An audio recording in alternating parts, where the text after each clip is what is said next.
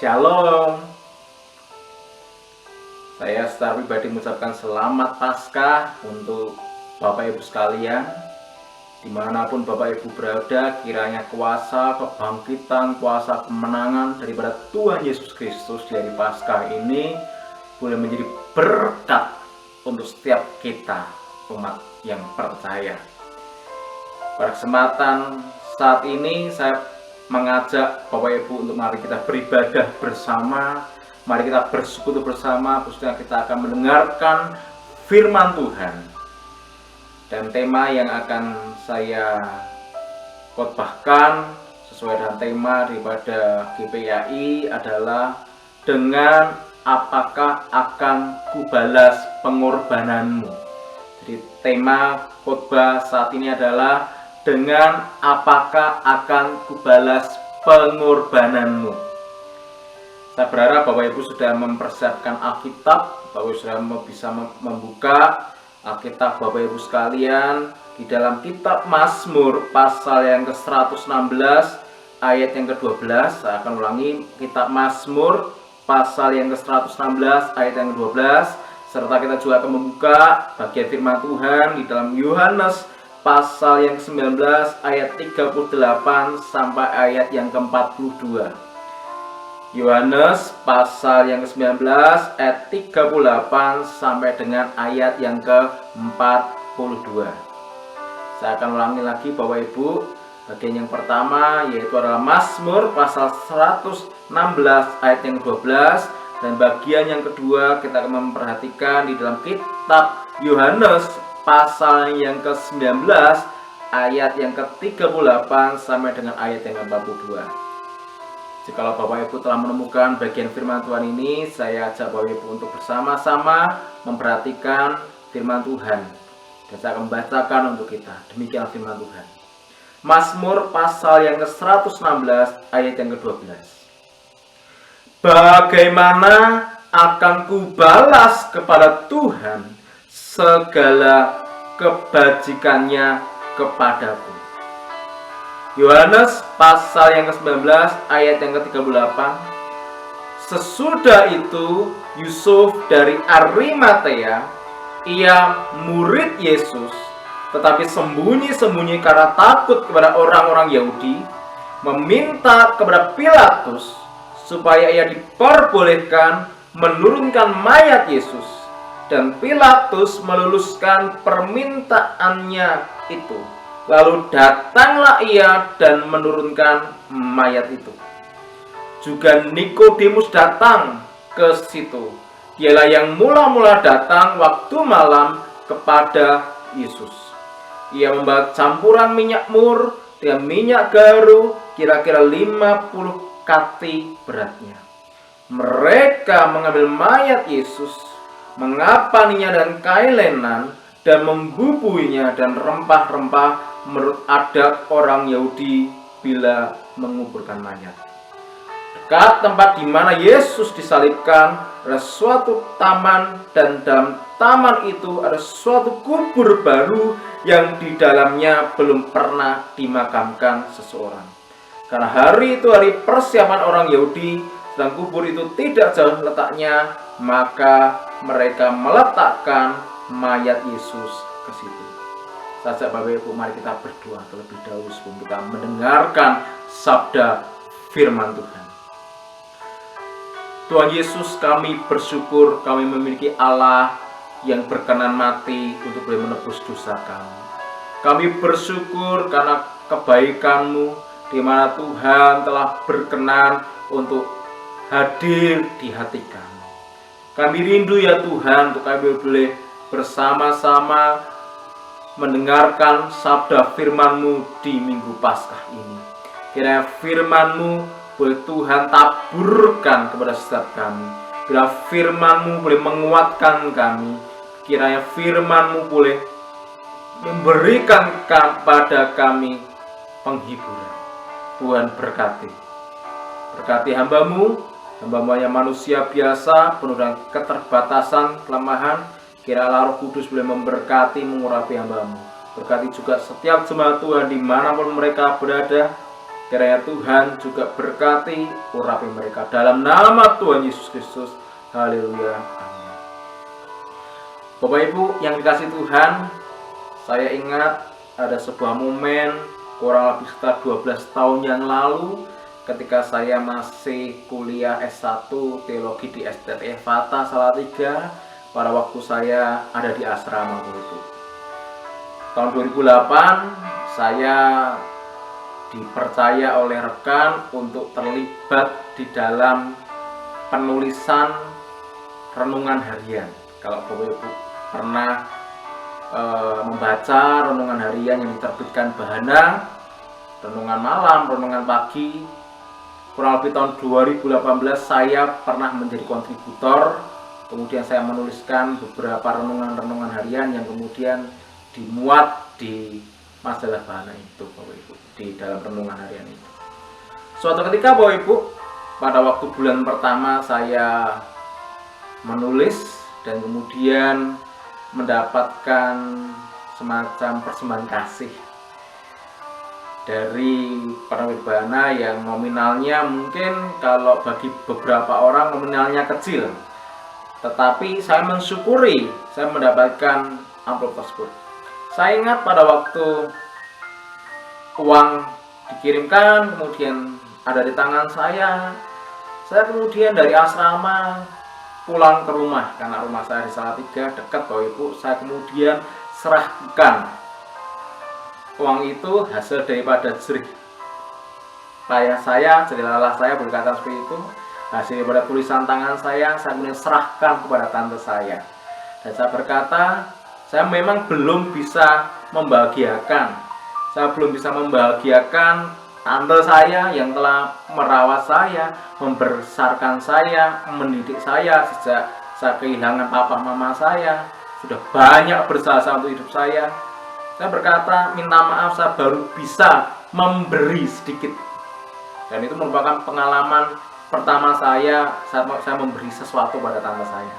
Pengalaman yang saya percaya pada waktu itu tuh mengharukan untuk saya, karena saya baru pertama kali belajar memberi kepada seseorang yang telah berjasa untuk saya. Tetapi dari hal itu saya menemukan bahwa seseorang yang sudah ditolong oleh orang lain, seseorang yang telah diberkati oleh orang lain, mau tidak mau dirinya punya sebuah kewajiban, sebuah tanggung jawab untuk membalas kebaikan daripada orang yang telah memberi sesuatu untuk dirinya. Demikian juga kalau kita memandang pada Yesus. Kalau Tuhan Yesus sudah mati, berkorban untuk menebus dosa Bapak, Ibu, dan saya, maka pertanyaan yang perlu kita renungkan pada pagi hari ini, saat sekarang ini, yaitu adalah dengan apakah akan kubalas ya Tuhan pengorbananmu? Apa yang sudah kita perbuat, apa yang sudah kita lakukan, apa yang sudah kita persembahkan kepada Tuhan Yesus saat Bapak Ibu sudah diselamatkan, saat Bapak Ibu sudah diberikan karunia yang terbaik dalam hidup kita. Sehingga pada pagi hari ini, mari kita bersama-sama merenungkan sabda firman Tuhan, baik yang muncul dalam kitab Mazmur pasal 116 ayat 12, termasuk juga di dalam Injil Yohanes pasal yang ke-19 ayat yang ke-38 sampai ayat yang 42. Tetapi mari kita lihat terlebih dahulu Injil Yohanes pasal yang ke-19 ayat 38 sampai 42. Bapak Ibu, kisah ini menceritakan bagaimana Yesus telah disalib. Yesus di dalam proses masih ada di kayu salib. Prajurit-prajurit meninggalkan Golgota, murid-murid tidak kelihatan, perempuan-perempuan yang hadir pada waktu itu juga sudah meninggalkan. Mayat Yesus masih ada di sana. Tetapi mari kita melihat ayat yang ke-38 dan ayat 39. Sesudah itu Yusuf dari Arimatea, ia murid Yesus tetapi sembunyi-sembunyi karena takut kepada orang-orang Yahudi, meminta kepada Pilatus supaya diperbolehkan menurunkan mayat Yesus.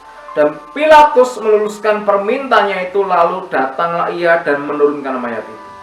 Juga Nikodemus datang ke situ. Dialah yang mula-mula datang waktu malam kepada Yesus, yang membawa campuran minyak mur dan minyak garu kira-kira 50 kati beratnya. Saat semua orang meninggalkan jenazah Yesus, kita melihat ada dua orang pribadi, yaitu yang pertama adalah Yusuf dari Arimatea, dan yang kedua adalah Nikodemus. Dua orang ini adalah dua orang yang kemudian mengurus jenazah Yesus dan kemudian menguburkan Yesus. Mungkin kalau kita membaca bagian firman Tuhan ini akan memunculkan sesuatu pertanyaan. Siapa Yusuf dari Arimatea? Siapa Nikodemus itu? Di dalam keterangan yang muncul di dalam Yohanes pasal 19 ayat 38 dan 39, mari kita akan melihat masing-masing. Siapakah Yusuf? Siapakah Nikodemus? Mari kita akan perhatikan. Dalam firman Tuhan ini, siapakah Yusuf dari Arimatea? Dikatakan ia murid Yesus. Jadi kalau kita melihat bagian firman Tuhan ini, dengan jelas menyatakan bahwa Yusuf Arimatea adalah siapa, Bapak Ibu? Dia adalah murid Yesus. Tapi kalau Bapak Ibu melihat di dalam Injil Matius, Markus, Lukas, Bapak Ibu akan mendapatkan informasi yang lebih detail tentang siapakah Yusuf ini. Yusuf adalah salah satu orang yang menduduki jabatan di mahkamah besar. Dia menduduki sebuah posisi yang penting di dalam Yudaisme. Dia menjadi seseorang yang duduk di mahkamah besar. Artinya apa? Secara status sosial, dia adalah orang yang penting. Secara status sosial, dia adalah orang yang memiliki kedudukan yang tinggi. Demikian juga kalau Bapak Ibu melihat Nikodemus dalam Yohanes pasal 3, Alkitab mencatat Nikodemus adalah seorang pemimpin agama Yahudi. Jadi Nikodemus ini posisinya juga bukan orang yang sembarangan. Nikodemus adalah seseorang yang memiliki kedudukan juga sama pentingnya dengan yang namanya Yusuf dari Arimatea. Tetapi saya percaya baik itu Nikodemus maupun juga Yusuf Arimatea, saat mereka berjumpa secara pribadi, bercakap-cakap secara pribadi dengan Tuhan Yesus, dalam perjumpaan mereka yang mungkin perjumpaannya itu singkat, itu membuat ada perubahan, ada pengalaman yang mereka alami, di mana hidup mereka kemudian berubah, hidup mereka kemudian diperbarui. Mereka yang sebelumnya memiliki keyakinan yang berbeda, bahkan mungkin bisa jadi mereka mengecam Yesus, mereka juga ikut menolak kehadiran Yesus. Tapi saat berjumpa dengan Yesus secara pribadi, ada perubahan, ada pertobatan, sehingga mereka berdua menjadi murid Yesus. Saya tidak tahu mengenai background, latar belakang Bapak Ibu sekalian. Mungkin ada di antara Bapak Ibu yang memang sudah Kristen sejak lahir. Papa mama sudah Kristen, kakek nenek sudah Kristen, leluhur sudah jadi Kristen, sehingga Bapak Ibu lahir sudah jadi orang Kristen. Tetapi mungkin ada di antara Bapak Ibu yang baru menjadi orang Kristen pada waktu usia remaja kah, usia dewasa kah, atau pada waktu Bapak Ibu sudah sepuh. Saya juga tidak tahu bagaimana pengalaman perjumpaan Bapak Ibu secara pribadi dengan Tuhan. Mungkin ada di antara Bapak Ibu yang memiliki masa lalu yang kelam, masa lalu yang hitam, hidup dengan bergelimang dosa, dan mungkin Bapak Ibu menyesali. Tetapi apapun pengalaman hidup Bapak Ibu sebelum terima Yesus, entahkah Bapak Ibu memiliki dosa seperti merahnya darah, tapi saat Bapak Ibu ada di dalam Yesus, Bapak Ibu percaya Yesus, dan Bapak Ibu terima Yesus sebagai Tuhan dan Juru Selamat dalam kehidupan Bapak Ibu, dosa Bapak Ibu diampuni, dosa Bapak Ibu diputihkan, dan Bapak Ibu memiliki hidup yang baru, lahir baru. Sehingga saat Bapak Ibu sudah terima Yesus, memiliki perjumpaan pribadi bersama Yesus, milikilah kelahiran baru, menjadi pribadi yang baru, dan hidup Bapak Ibu dan saya diubahkan di dalam Yesus. Ada sebuah pepatah yang mungkin di kalangan orang-orang Kristen seringkali muncul. Lebih baik menjadi mantan penjahat dan sekarang menjadi orang baik, daripada menjadi mantan orang baik tetapi sekarang menjadi penjahat. Artinya apa Bapak Ibu? Seberapa kelam hidup Bapak Ibu di hadapan Tuhan saat Bapak Ibu bertobat, itu adalah anugerah yang luar biasa sehingga hidup Bapak Ibu menjadi baru.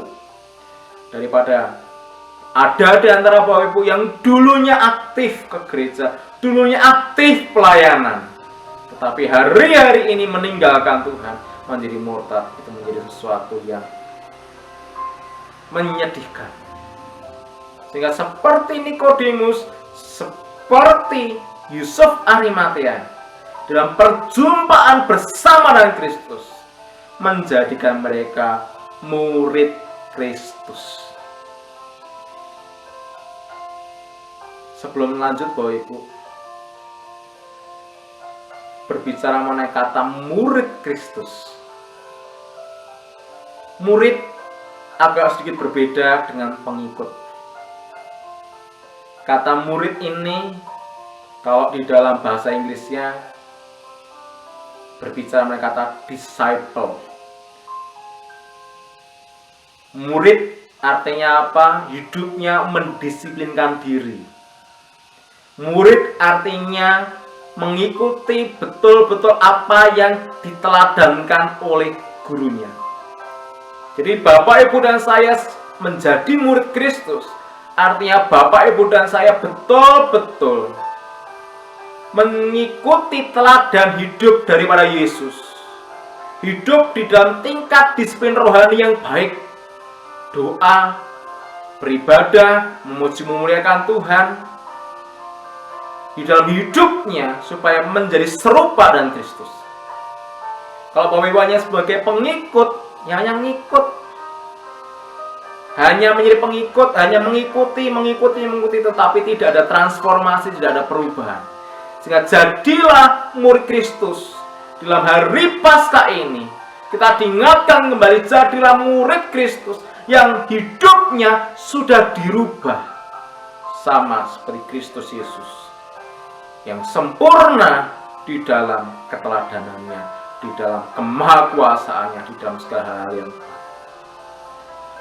Kita sudah melihat bagaimana Nikodemus, bagaimana Yusuf dari Arimatea ini sudah diubah oleh Tuhan. Dan mari kita lihat apa yang mereka perbuat.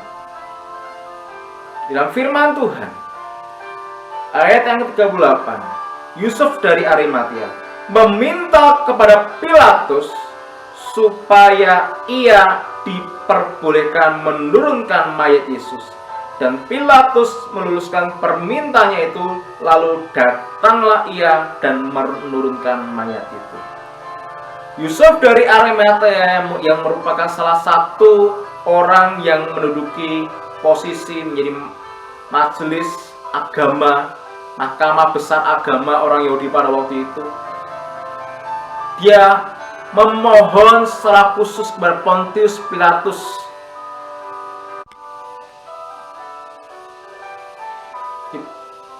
Yusuf dari Arimatea, salah seorang daripada pemimpin agama Yahudi pada waktu itu, meminta izin sekaligus kepada Pontius Pilatus itu apa? Menurunkan mayat Yesus dan menguburkan mayat Yesus. Padahal Bapak Ibu, hal yang dilakukan oleh Yusuf dari Arimatea ini sebenarnya punya sebuah potensi di mana dia akan bisa dikecam oleh rekan-rekan sejawatnya. Dia bisa dikecam oleh orang-orang banyak, yaitu orang-orang Yahudi. Karena kedudukannya menyebabkan dia harus juga ikut mengecam Yesus. Tetapi dia memberanikan diri. Dia meminta izin pada Pontius Pilatus untuk apa? Menurunkan mayat Yesus, dan juga dia menyediakan kuburan bagi Yesus. Jadi kita bisa melihat Yusuf dari Arimatea. Dia memberikan yang terbaik untuk Tuhan. Melalui apa yang dia bisa lakukan, dia memberikan yang terbaik.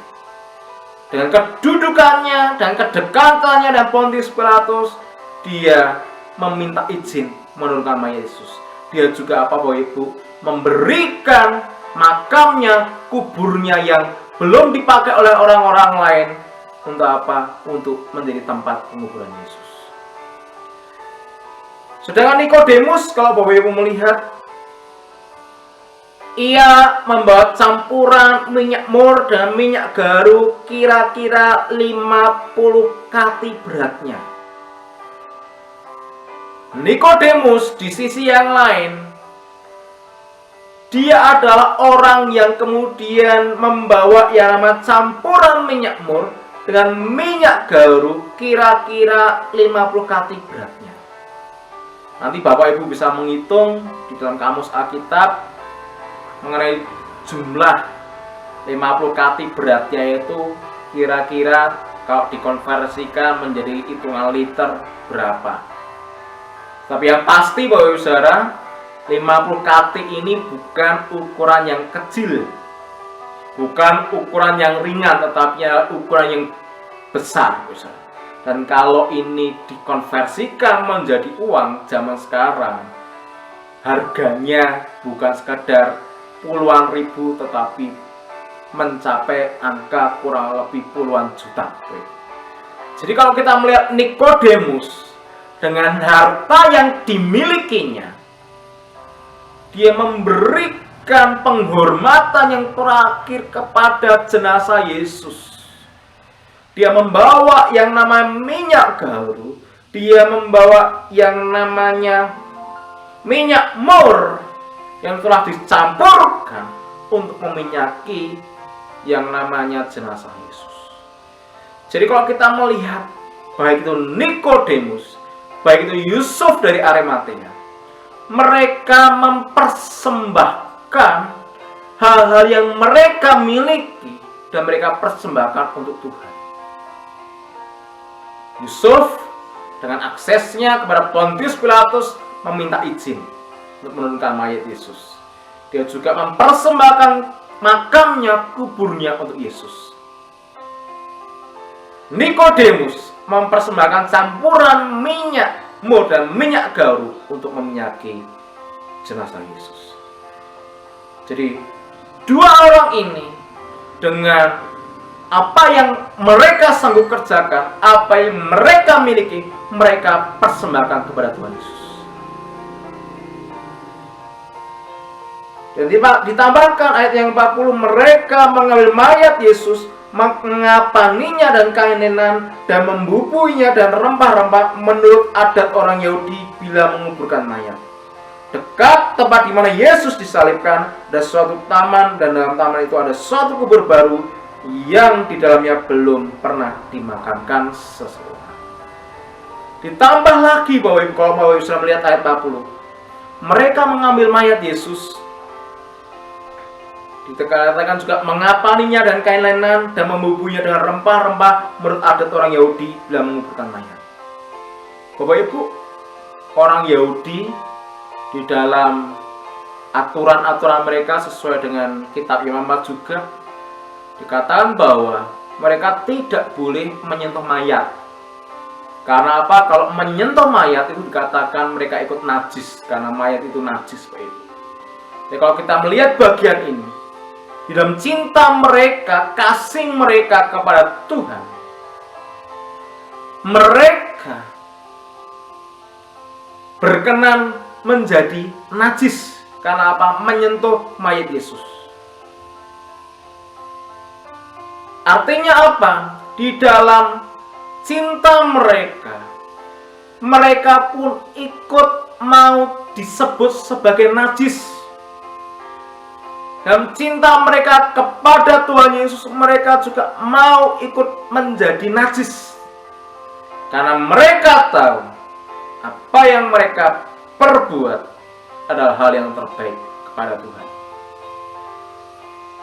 Mereka mengapani mayat Yesus, memberikan rempah-rempah yang terbaik kepada Yesus, dan menguburkan mayat Yesus.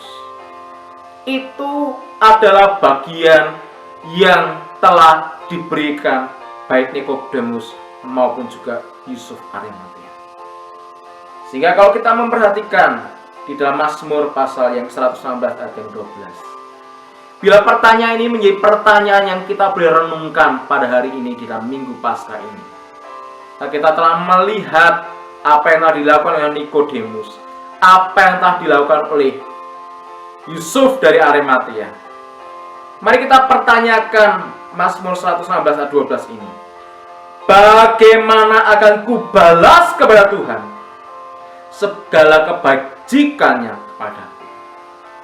Kalau Bapak Ibu sudah mengalami perjumpaan pribadi dengan Tuhan Yesus, Bapak Ibu sudah berkali-kali ditolong oleh Tuhan Yesus, Bapak Ibu sudah mendapati dan mengalami bagaimana Bapak Ibu diselamatkan, ditebus oleh Yesus.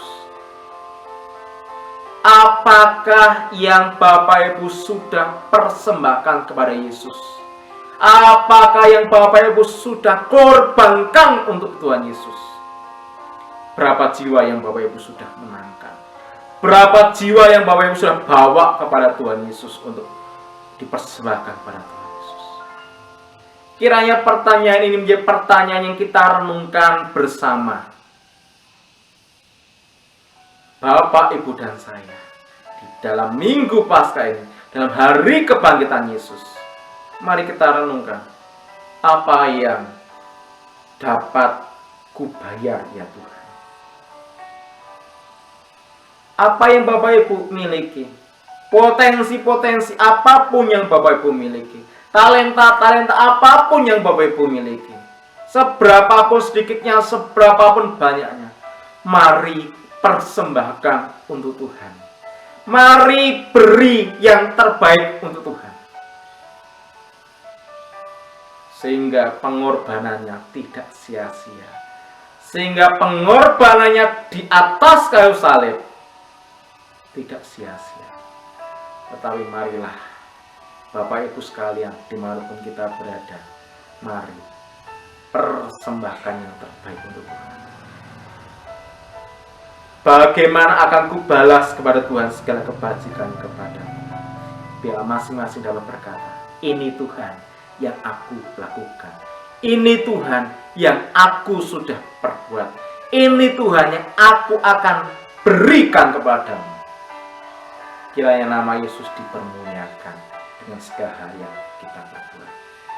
Sehingga saat ini Bapak Ibu, mari di dalam kita menghayati momen kebangkitan Yesus,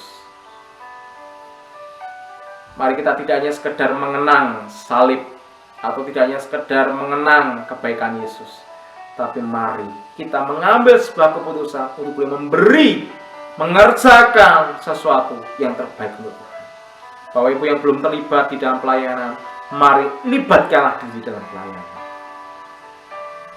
Beri yang terbaik untuk Tuhan. Amin. Mari kita berdoa. Kami bersyukur untuk kebenaran firman Tuhan yang Tuhan telah taburkan kepada setiap kami.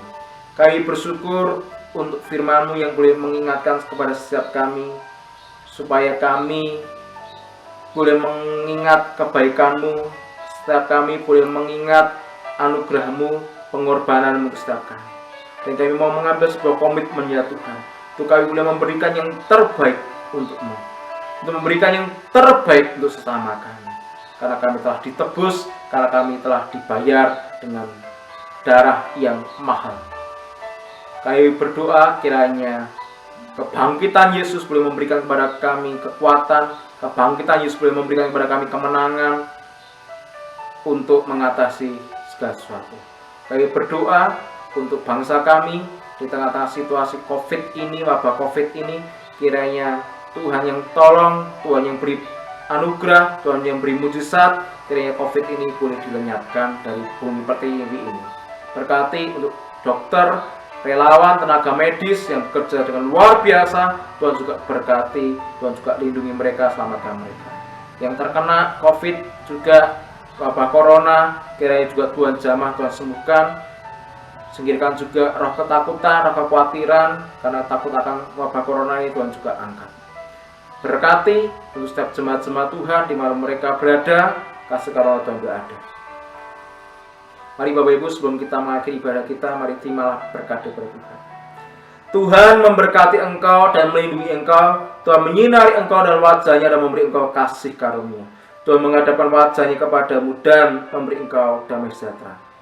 Kiranya berkat kasih karunia Tuhan yang berasal dari Allah Bapa boleh memberkati kita, kasih karunia dari Tuhan Yesus Kristus boleh ada dalam hidup kita, dan persekutuan yang indah bersama dengan Roh Kudus boleh menyertai kita dari sekarang sampai Maranatha, Tuhan Yesus datang kedua kalinya. Amin. Kiranya firman Tuhan ini boleh memberkati kita. Selamat Paskah, Tuhan memberkati Bapak Ibu Saudara sekalian. Amin.